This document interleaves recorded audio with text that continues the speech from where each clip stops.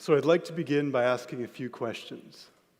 Who knows if they have a wireless smart meter on their home? Okay.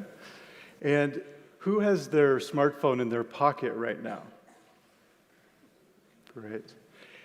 And who's read the fine print in your owner's manual that says that the smartphone should never be within about an inch of the body?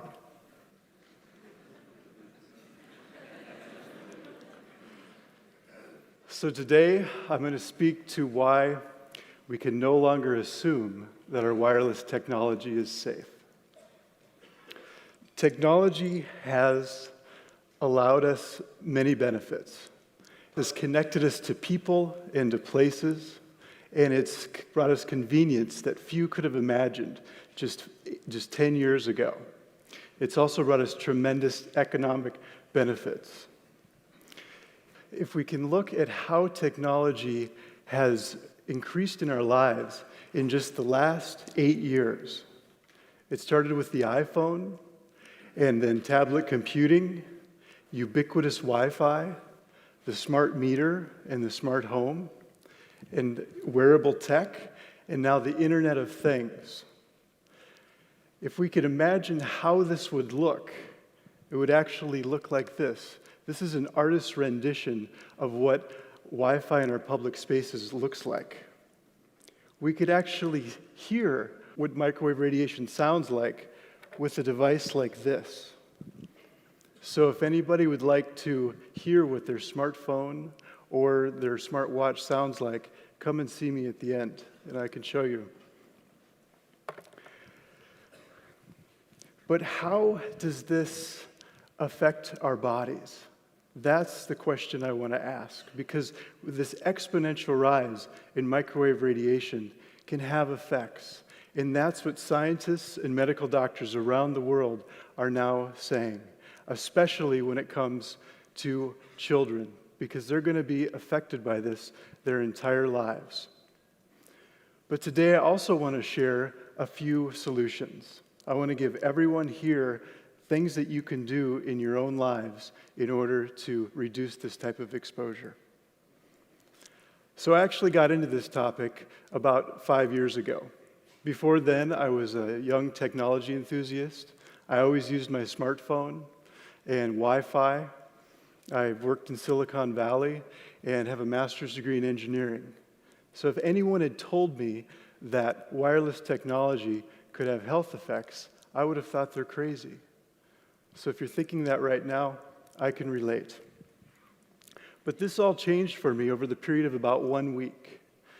And I started to experience headaches, ringing in the ears, insomnia, and a fatigue and brain fog that I'd never experienced before. And I shared this with a colleague at work, and she said, the exact same thing happened to her husband when a wireless smart meter was installed in their home. So I went home that evening, and I checked downstairs, and sure enough, we had a bank of wireless smart meters installed right below our bedroom in San Francisco. So this started me on a journey to learn as much about this topic as I possibly could. I now have a website about this, and I'm contacted by people all around the world every day who are experiencing the exact same things. It can be when they have a wireless smart meter installed, or a new Wi-Fi router, or even a cell tower placed across the street from their home. These are the common symptoms that people start to experience.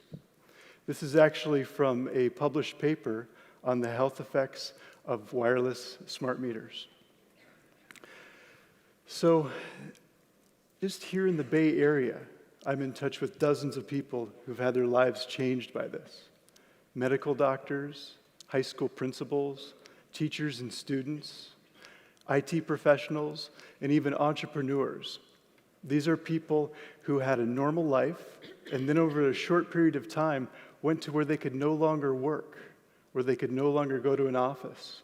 Some of them actually have had to move out of their homes because they can't be in an environment which is normal now for most people. I've been in touch with people around the world who've become homeless because of this. There's many people that's actually happened to. And unfortunately, I know of people who've actually taken their lives because there's essentially no place they can go. And this is something that society does not yet recognize. My own life has been tremendously changed by this. After that first exposure to wireless smart meters, now I can no longer be in an environment with strong Wi-Fi for very long. So I can't go to my work the way I used to be able to. Most environments are now essentially toxic to me.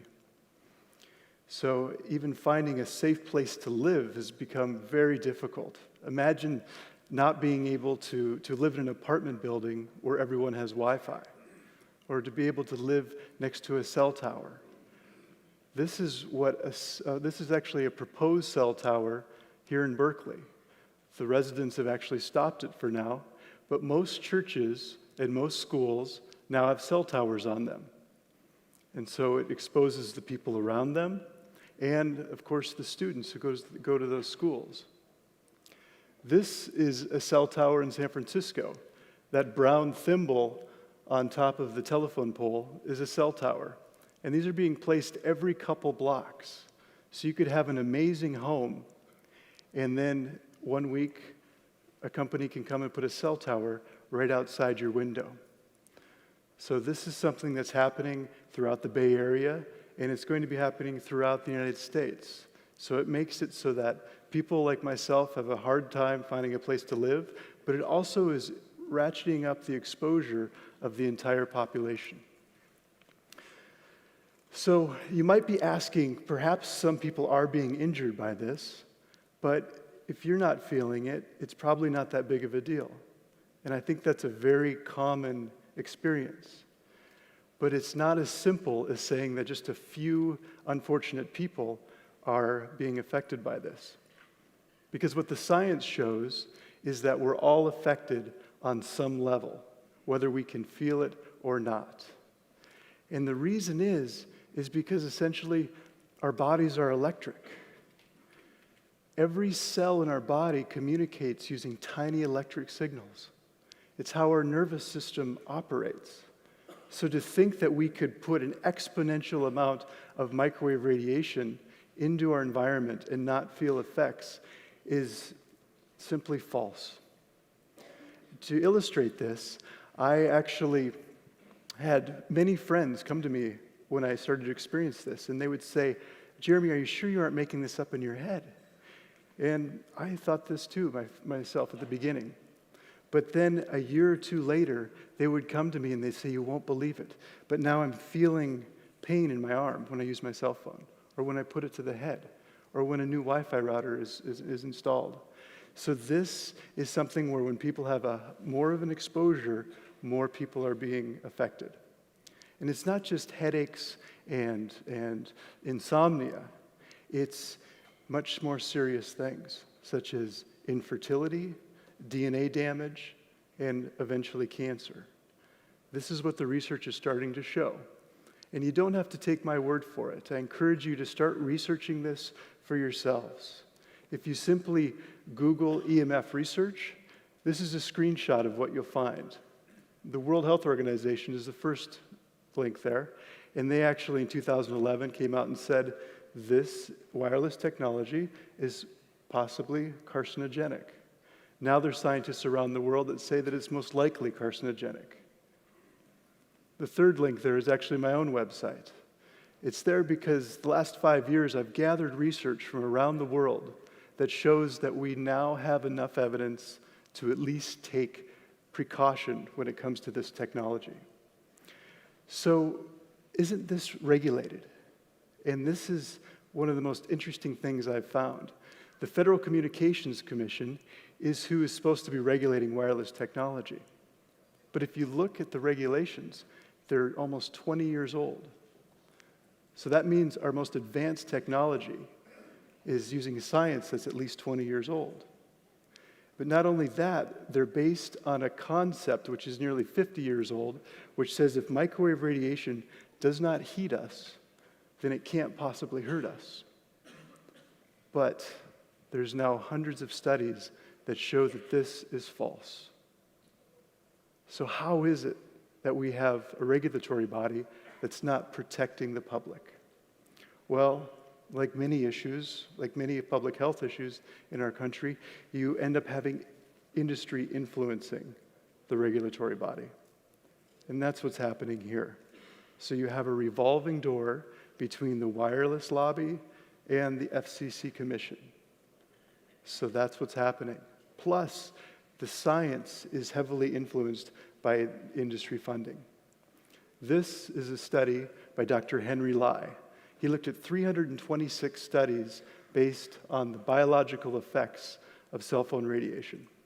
He found that about half of the studies showed effects and half didn't.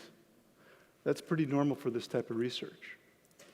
But what he found that was interesting was that if you looked at who funded the studies, 70% of the independent studies showed effects, and only 32% of the industry-funded studies showed effects.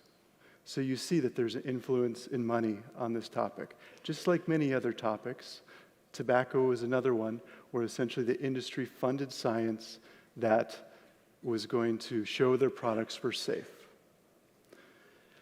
So that's the bad news. And now I want to share some good news. And that is that there are solutions for this. We are going to have the industry start to create safer products, but there are ways that we can both protect ourselves and move industry forward. So one of the primary things we can do is to move towards fiber optics, because this is a way that we can make our homes safer, our businesses, and our schools. So fiber optics are safe, they're secure, and there's absolutely, they're one of the fastest things we can use. Another way we can go is to design products which are safer. So currently we have product designers and engineers working together, but we can bring in biophysicists and biologists to work together to create products that don't just emit right underneath the FCC regulations, but emit the least amount of any type of electromagnetic fields as possible. If smart meters had been designed to use either fiber optics or to emit just once or twice a day, rather than the 10,000 times they do emit, then I wouldn't be standing here today, and thousands upon thousands of people around the world would not have been injured by smart meters. So what are some things that all of us can do? This is one of the most important things, because everyone wants to know how to essentially protect themselves and their families. So the first thing is to make sure we use our cell phones wisely. I mentioned that you don't want to put the cell phone within about an inch of the body. The industry's telling us this now. So make sure you use speakerphone, get an air tube headset, and when it's on the body, make sure that you put it on airplane mode, when it's either in the pocket or sometimes in the bra. And when it comes to kids, we don't want to have kids use cell phones, but if they must, then please teach them how to use these wisely. We can wire our homes. This is, most people don't need Wi-Fi in their home. So move towards Ethernet, move towards fiber optics, and if you must have Wi-Fi, make sure you turn it off at night. You can get a simple timer so you don't even have to think about it. When it comes to kids, we want to reduce their exposures as much as possible. So if they use an iPad, put all of the data on the iPad and then turn the Wi-Fi off. In schools, I simply do not think we need to have Wi-Fi in schools because we're filling those classrooms with microwave radiation. We can have amazing technology, but it can be wired. And this is where I think we're going to have to go. When it comes to the smart meter and the smart home, I recommend you opt out. I've had wealthy, early adopting families contact me who went all in on the smart home, and they ended up getting sick within a few months. So this is something that affects families, and I just recommend that you don't go down this path because it's a technology we do not need. And one of the last things solutions I want to give today is to create a safe place to sleep. because this is one of the most important things, because this is when your body rejuvenates, and it's when you can make sure that everything's off. So turn off all your wireless devices, unplug things. If you have a baby monitor, I actually recommend that you turn that off, especially at night. I just do not recommend those for kids. And if you do these things, I know many people who've ended up sleeping better. They have a much clearer during the day, and their fatigue is much less. So this is something which I recommend everyone can do. So in conclusion, I want to say that this is a problem that we can solve. There's tremendous people around the world working on this right now. And I believe we're coming to a tipping point where enough people realize that this is an important topic and that there are solutions. So I recommend that you share this with the people who are closest to you. Because if enough people wake up to this issue, then industry will start creating safe technology. And once they do that, our entire society can move towards a healthier future. Thank you.